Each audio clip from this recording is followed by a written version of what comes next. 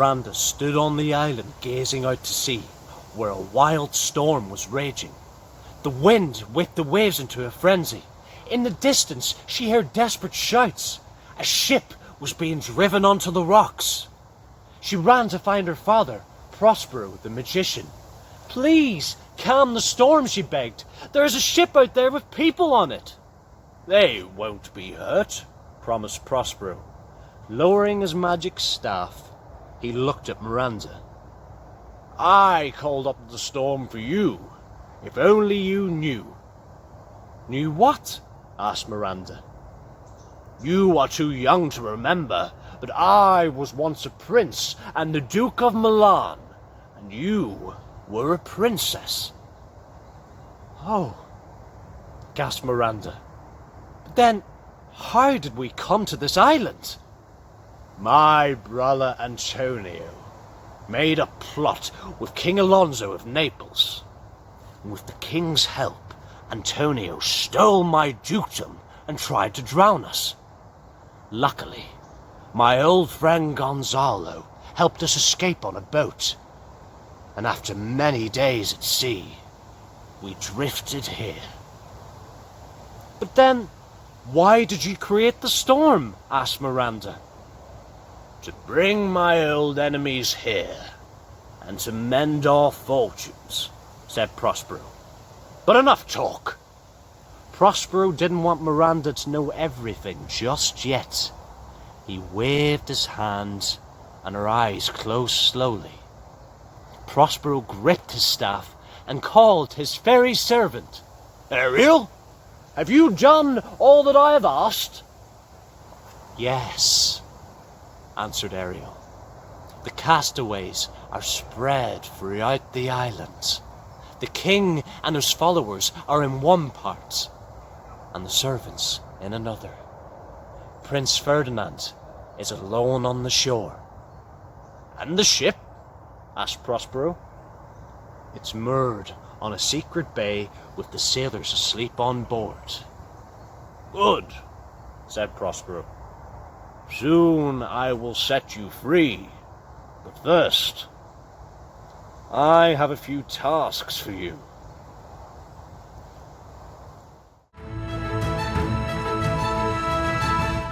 Strange music played around Prince Ferdinand's ears. It was Ariel singing, but the fairy had made himself invisible, and the sound seemed to come from nowhere. It must be magic! Ferdinand listened closely. "Full fathom 5 thy father lies, of his bones are coral made, those are pearls that were his eyes." "Alas," groaned Ferdinand, "the singer says my father has drowned." Lost in his sadness, Ferdinand didn't notice Prospero approaching with Miranda. "What do you see?" Prospero asked his daughter. "Someone very handsome. Is he a kind of fairy?" Prospero laughed. "No, he is a man. He was cast ashore by the storm." And by the sound of their voices, Ferdinand looked up, and when he first saw Miranda, his heart leapt. He had never saw anyone so lovely. "Are you a goddess?" he said in wonder. But it was Miranda's turn to laugh. "No, I am just a girl. And who are you?" Prospero nodded to himself. His plan was working. His daughter and the king's son had fallen in love at first sight. He said to himself, "But I mustn't make it too easy for them. I must test their love." "Enough!" he said sternly. "This man is a spy, and he is trying to steal my island." "No!" cried Miranda. "I will put the villain in chains and make him carry logs." And by magic, Ferdinand obeyed and followed Prospero. Miranda watched sadly as Ferdinand tramped to and fro, laden with heavy logs. "Don't suffer," she cried. "Please let me carry your logs while you rest." "No," Ferdinand replied gallantly. I'd rather die than watch you do my work. And I don't suffer as long as you are near. Admired Miranda, the very first instant I saw you, my heart did fly to your service. Miranda's eyes shone. You are mine, and I am yours, she promised.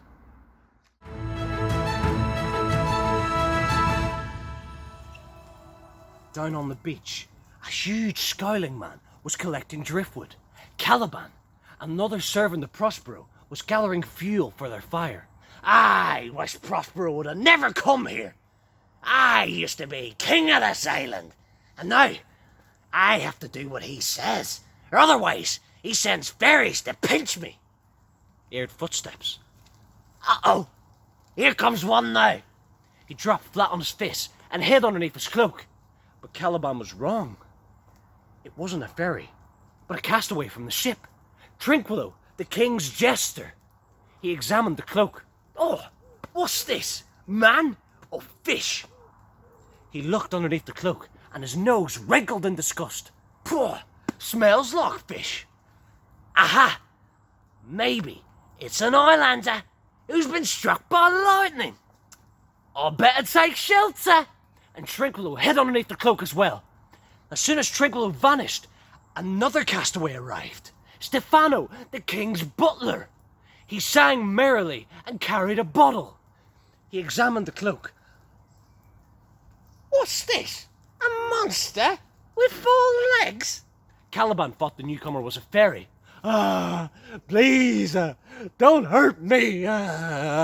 He begged from underneath his cloak. Hey, it's got the shakes. Here, this'll cure you. And Stefano gave Caliban his bottle. Oh, is that Stefano I hear? Trinquilo said from underneath his cloak. Hey, 4 legs and 2 voices. It must be a monster, exclaimed Stefano. No, it's me, Trinquilo. He jumped up and threw away the cloak. And Caliban took a swig from the bottle and smiled deeply. Oh, it is heavenly. I will worship the man who gave me this. And he kissed Stefano's feet. Well, I think that the prince and king are dead, and I should rule the island. He took his bottle back from Caliban. Monster, show us your island. And Caliban led the followers around the island, all the while complaining about Prospero.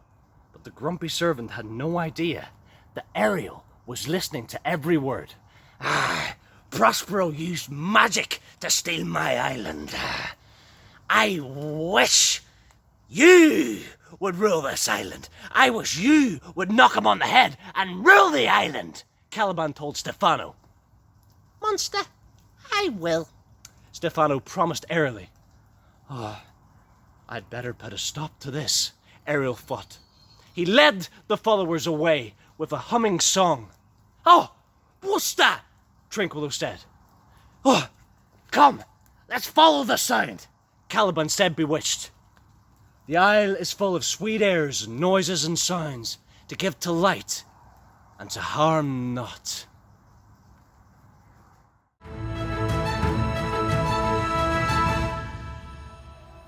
Meanwhile, on another part of the island, King Alonso was worrying about his son. Oh, I believe Ferdinand has drowned. Lord Gonzalo tried to comfort him.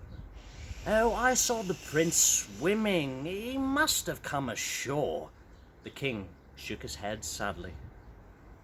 2 young lords looked and smirked. One of them was Antonio, Prospero's brother, and the other was Sebastian, the king's brother. What fuss? Sneered Antonio. And just then, strange music started playing. It was Ariel. Invisible to the castaways, he was casting a spell. And suddenly, Lord Gonzalo and King Alonso were fast asleep. How odd, said Sebastian. I don't feel sleepy at all. No, nor do I, said Antonio. But seeing them 2 lying there gives me an idea.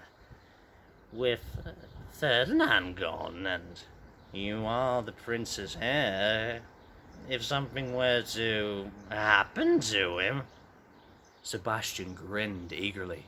Like what happened to Prospero when you took his dukedom? Antonio nodded. Quick, let's strike! They drew their swords, but hastily Ariel woke the sleepers. If you do care, awake from slumber and beware. Awake! Ah! Yelled Gonzalo. Why the swords? Cried the king. We were trying to protect you, lied Sebastian. We heard a bellowing of lions.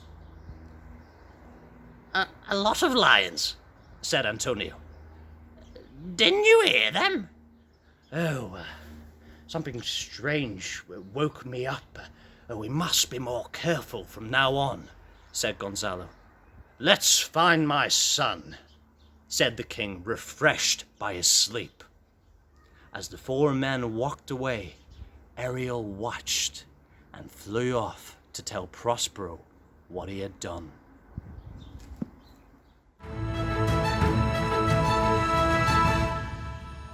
The king and his followers were tired and hungry, losing heart, searching for Ferdinand. Oh, he must have drowned, sighed the king. Lucky for you, Antonio said to Sebastian. Sebastian grinned. Unknown to them, Prospero had been watching his enemies. Now he had cast a spell. The four castaways watched as a table laden with food appeared right in front of them. Hungrily, they ran towards it, when suddenly a clap of thunder rang out, and the table disappeared. A fiery voice rang out. Wicked men! Remember how you stole Prospero's dukedom and left him and his daughter to drown?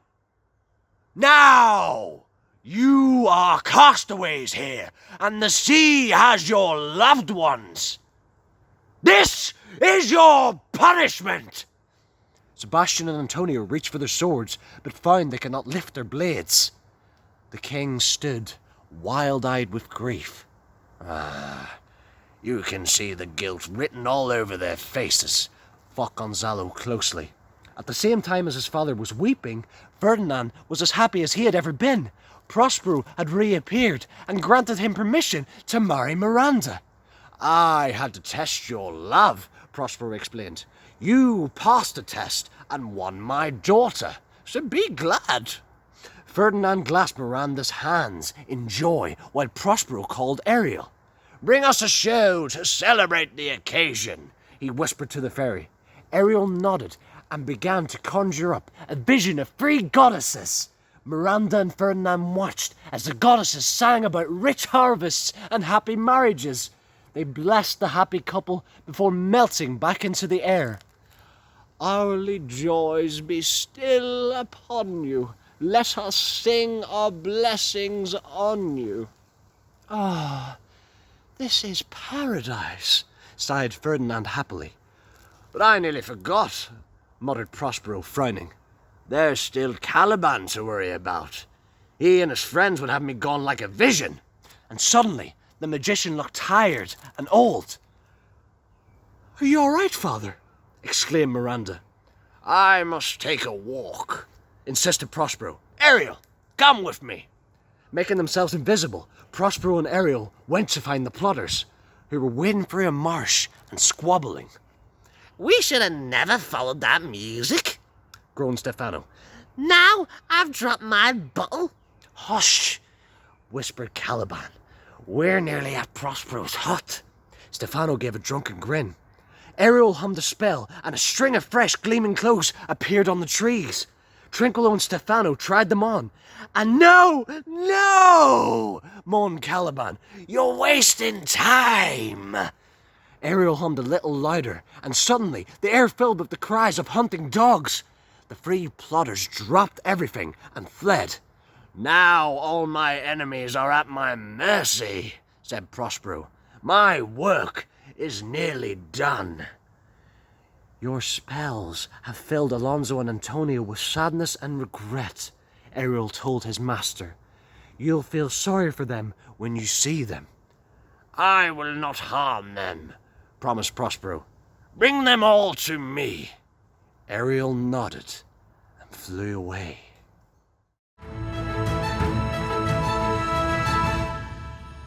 Prospero looked around at the island, where he had spent so many years. "I have commanded sun, wind, and weather. I shall give up my magic when all of this is done. I will break down my staff and drown my book of spells." His thoughts were interrupted by Ariel, returning with the castaways and Caliban. "Ah, behold, I am Prospero, rightful Duke of Milan." The King Alonso shook his head in confusion. "I don't know how this can be. If you are Prospero, I beg your forgiveness." "I forgive you all," said Prospero, "even though I know some of you have been hatching plots." Caliban and Stefano trembled, and Antonio and Sebastian exchanged guilty looks. "King, I share your loss," said Prospero. "Today in the storm, you lost a son, and I lost a daughter." "Oh, heavens! If only they were alive! They could be king and queen of Naples," sighed the king. "I'd gladly give my life for theirs." Prospero smiled and pulled back a curtain of ivy to reveal Ferdinand and Miranda playing chess. Alonso gasped. Miranda gazed back at the strange lords in amazement. She had never saw so many men. Ferdinand ran to embrace his father and introduce Miranda. "This lady is to be my wife," he said gallantly. "A happy ending," cried Gonzalo. "Ferdinand had found a wife, and Prospero has found his dukedom." Prospero nodded wisely. "Look down at the bay," he said. "Your ship is ready to take us home. It only remains for me to free my servants. Caliban, the island is yours once more. Ariel, be free." Prospero watched as the whole party set off down to the bay, talking busily of what they would do when they got home. When they got out of sight, he quietly put down his staff and book, and with them his magic powers. He turned and spoke, as if asking an unseen audience for applause.